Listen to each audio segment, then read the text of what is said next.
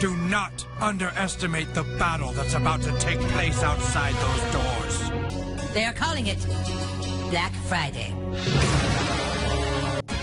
Well, it's almost Thanksgiving, and we all know what that means. That's right. Black Friday is just around the corner. Ouch. And people are already gearing up.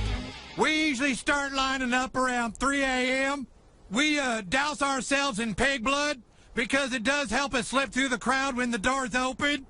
We do it every year, part of the family tradition. Last year, we lost our youngest daughter. Her head was stepped on and crushed. Tom, the South Park Mall says they've beefed up security in an effort to reduce the number of fatalities this year. Oh, God, they're already lining up.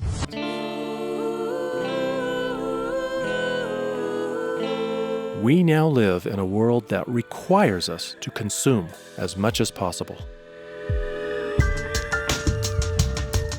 Every time there's a slightest glitch in the economy, what do the politicians get out there and say? Consume more, buy another refrigerator, get yourself 3 more Hummers. It's good for America when the consumer spends money. We ceased being citizens. We had become consumers. We are a nation of consumers. Consumers like us, Natalie, account for 2/3 of this economy. Consumers spent. Consumer-driven recovery. Consumer spending up 3.1%. You can't be a good consumer if you don't have a decent job. Consumers. Consumers. And when people have a paycheck, as Joe said, they can go to the store, they're able to spend.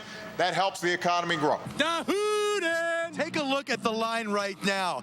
You saw earlier the folks have been waiting 3 days.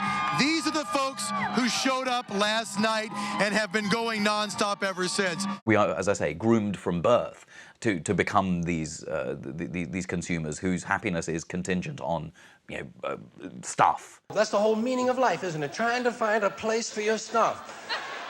Deep down, we know this is lunacy. It was the truth of George Carlin's famous rant about our drive to accumulate stuff that made it a television favorite. Sometimes you've got to move. You've got to get a bigger house. Why? Too much stuff. We've got a culture that's telling us that's what makes life worth living.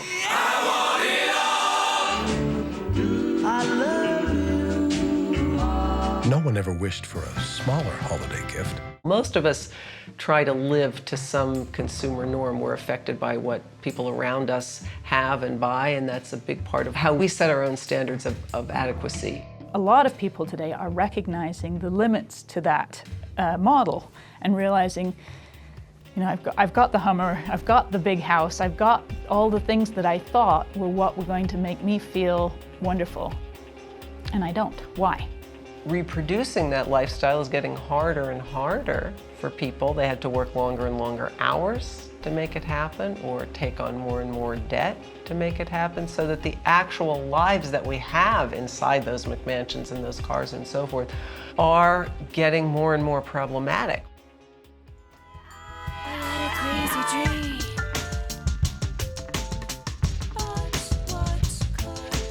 We need to get beyond our hyperventilating lifestyles and start focusing on the things that really matter to us, to our future, to our children.